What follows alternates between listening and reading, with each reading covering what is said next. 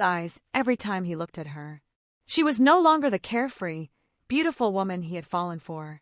She was now a responsibility, a burden, someone who needed care instead of someone who made his life easier. The final conversation happened on a rainy Tuesday evening. The senator came to Ada's apartment, but instead of his usual casual clothes, he was wearing a formal suit. He sat across from her wheelchair, his hands folded in his lap, looking like he was about to deliver bad news to a constituent. "Ada," he began, his voice careful and measured. "We need to talk about our future." Ada felt her heart sink. She had been dreading this conversation for months. "What about our future?" "I think it's time we both moved on," he said, not meeting her eyes. "This relationship, it's not working anymore. We both know it. Not working."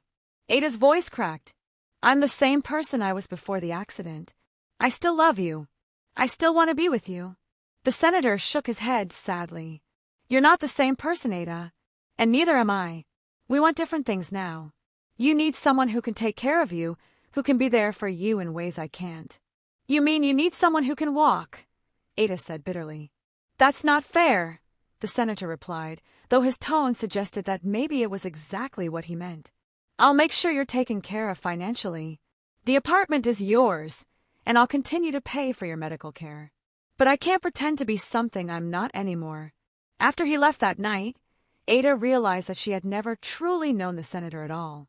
For 6 years, she had lived in his world, but she had never actually been part of it. She had been a decoration, a beautiful accessory that he could discard when it was no longer useful. But her problems were far from over. The senator kept his word about paying for her care, but Ada's needs were expensive. She required a full-time caregiver, specialized medical equipment, and ongoing physical therapy. The senator's payments covered these basics, but there was little left over for the lifestyle Ada had become accustomed to. Her maid, Maria, had been with her since the early days of her relationship with the senator. Maria was a quiet woman in her 40s who had always been professional and efficient.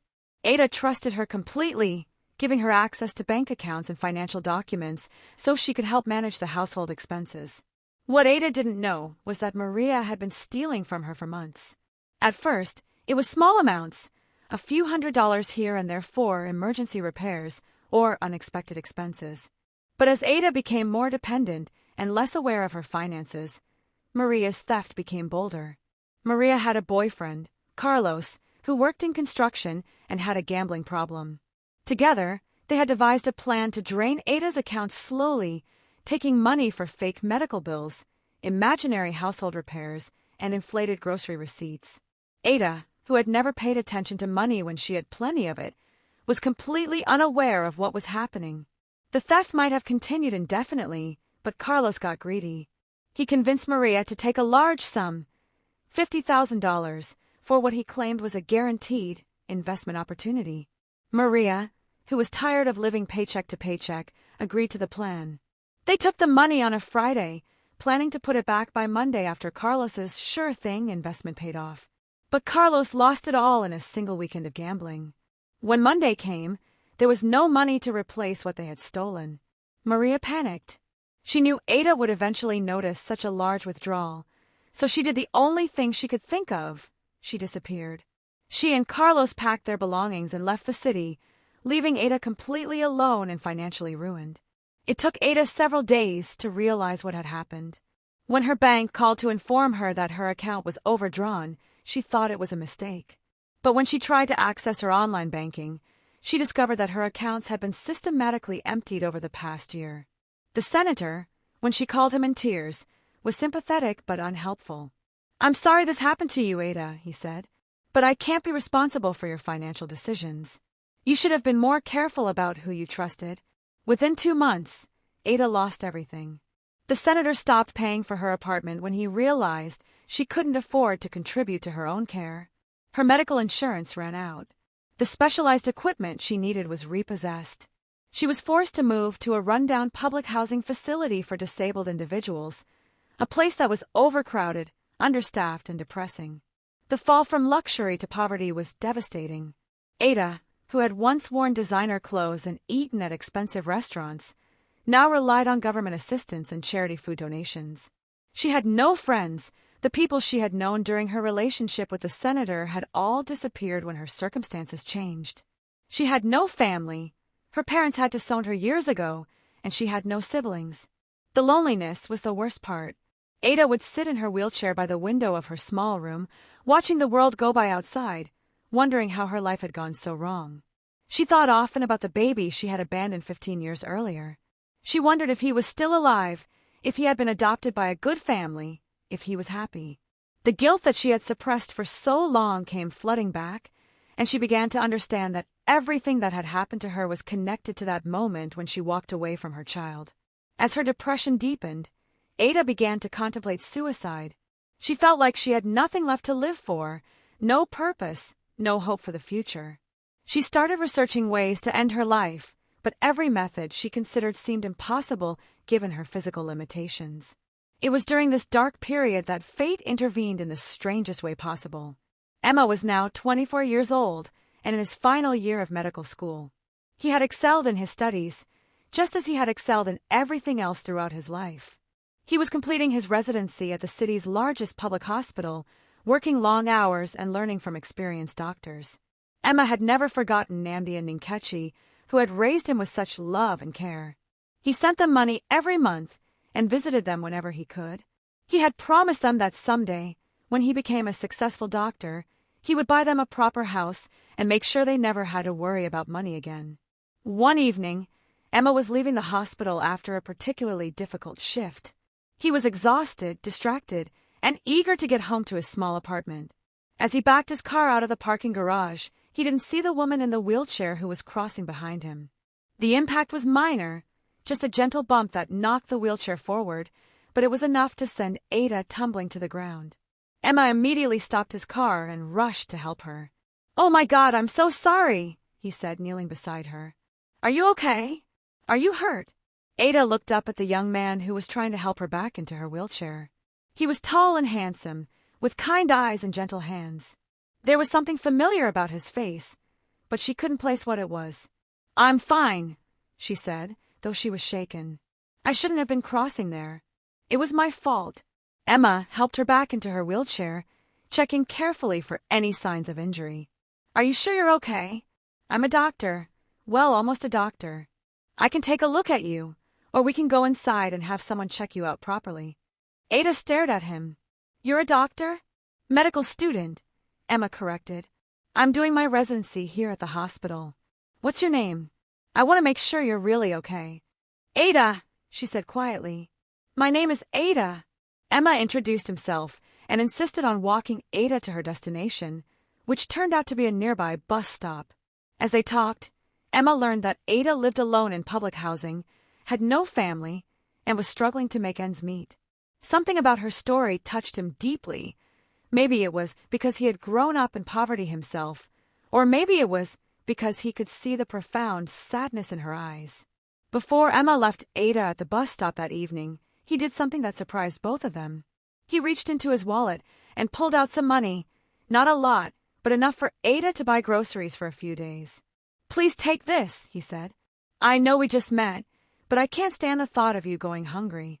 Ada stared at the money in her hands. It had been months since anyone had shown her genuine kindness. "Why are you doing this? You don't even know me." Emma smiled sadly. "Because someone once showed kindness to me when I needed it most. And because you remind me of someone I used to know." Over the next few weeks, Emma found himself thinking about Ada constantly. There was something about her that he couldn't shake, not just her tragic circumstances, but something deeper.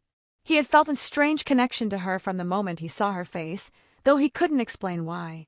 Emma started visiting Ada regularly, bringing her food, helping her with errands, and simply keeping her company. For the first time in years, Ada had someone who cared about her well-being.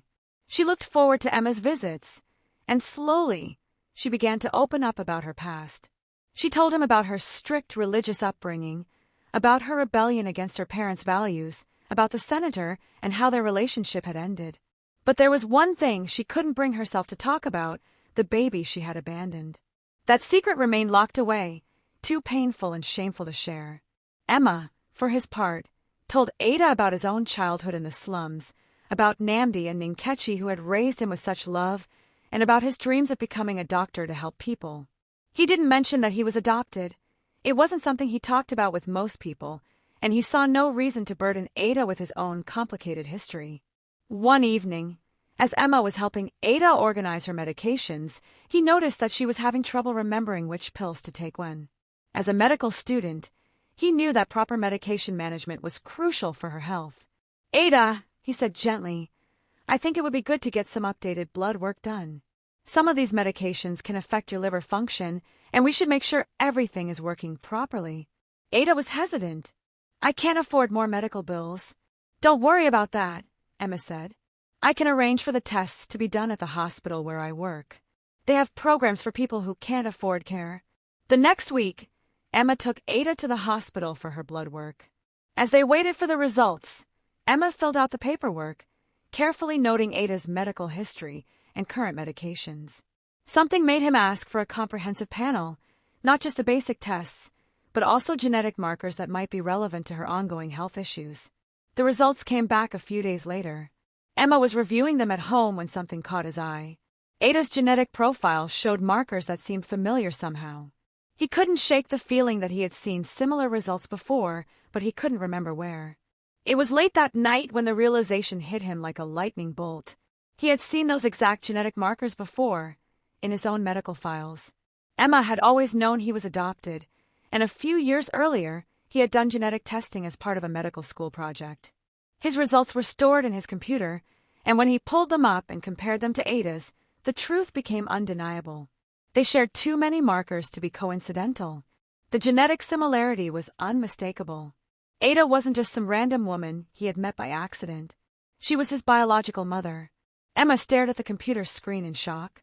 The woman he had been helping, the woman he had felt such a strange connection to, was the same woman who had abandoned him as a baby 24 years ago.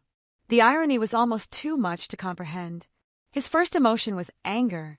Pure, overwhelming rage at the woman who had thrown him away like garbage.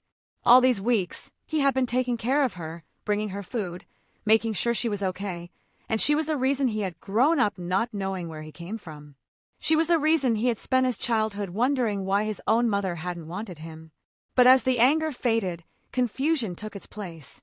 This broken, lonely woman didn't match the image he had created in his mind of his biological mother. He had always imagined she was probably young and scared, maybe forced to give him up by circumstances beyond her control.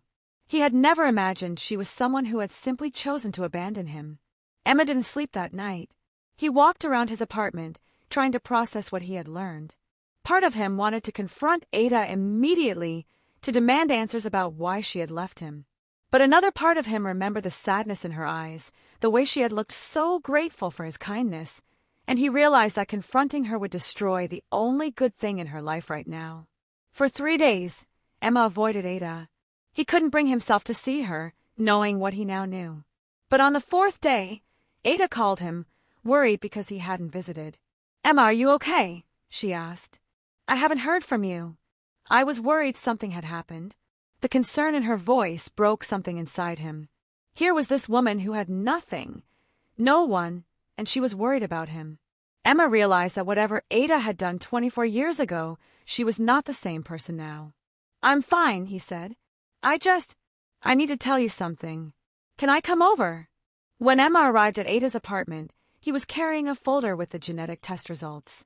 Ada could see immediately that something was wrong. "What's happened?" she asked. Emma sat down across from her, his hands shaking slightly. "Ada, I need to ask you something, and I need you to be completely honest with me. Have you ever had children?" Ada's face went white. For a moment, she couldn't speak. Then, slowly, she nodded. "Yes," she whispered. "Once.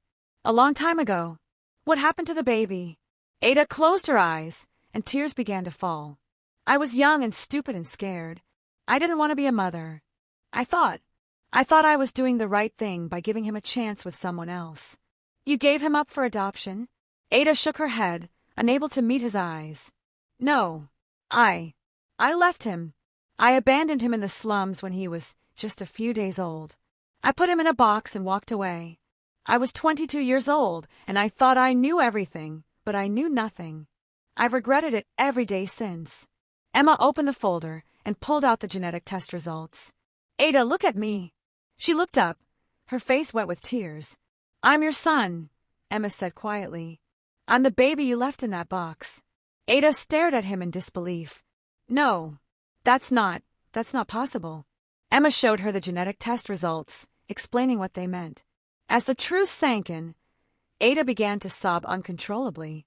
Oh my God, she whispered. Oh my God, what have I done? All this time, you've been taking care of me, and I didn't even know. I'm so sorry, Emma. I'm so sorry. Emma felt his own tears starting. Why? He asked. Why did you leave me? I need to understand. Through her sobs, Ada told him everything. About her pregnancy, about the doctor who wouldn't perform the abortion, about the months of resentment and fear, about the birth, and the desperate decision to abandon him. She told him about the senator, about her infertility, about losing everything. I know you can never forgive me, she said. I know I don't deserve your forgiveness. But I need you to know that not a day has gone by that I haven't thought about you. Not a day that I haven't wondered if you were safe, if you were loved, if you were happy. Emma listened to her story, and something shifted inside him. He thought about Namdi and Ninkechi, about the love they had given him, about the life he had built despite his difficult beginning. He thought about all the patients he had treated, all the people he had helped, all the good he had been able to do in the world. I was loved, he said finally. I was found by two amazing people who raised me as their own. They gave me everything I needed. They made me who I am today. Ada looked at him with wonder. You became a doctor. You're helping people. You're everything I never was. I'm helping people because someone helped me, Emma said. And now I'm helping you. Maybe that's how it's supposed to be. They sat in silence for a long time, both processing the magnitude of what they had discovered. Finally, Emma spoke again. I'm angry, he said. I'm hurt. I may always be hurt by what you did, but I also understand that you were young and scared and made a terrible mistake. And I can see that you've paid for that mistake. What happens now? Ada asked. Emma thought about it. I don't know. This changes everything, but it also changes nothing. You're still the woman who needed help, and I'm still the person who was helping you. We'll figure out the rest as we go. Over the following months, Emma and Ada slowly built a relationship. It wasn't the typical mother-son bond. There was too much history, too much pain for that. But it was something. Emma continued to help Ada with her medical care and daily needs, but now it was with the knowledge of who she really was. Ada, for her part, was transformed by the reunion. The guilt and shame she had carried for so many years began to heal as she saw what a good man her son had become. She started volunteering at a local charity that helped abandoned children, using her own story to counsel other women who were facing difficult pregnancies. Emma graduated from medical school and became a successful doctor, just as he had always dreamed. He bought a house for Namdi and Ninkechi, making sure they were comfortable in their old age. He also made sure Ada had proper medical care and a safe place to live. The story of Ada and Emma became known in their community as a testament to the power of forgiveness and the possibility of redemption. It showed that even the worst mistakes can be overcome, that love can triumph over abandonment, and that sometimes the people who hurt us most can become the people who need us most. Ada never got her legs back, and she never had other children. But she found something better. She found purpose in helping others, and she found a son who chose to love her despite everything she had done.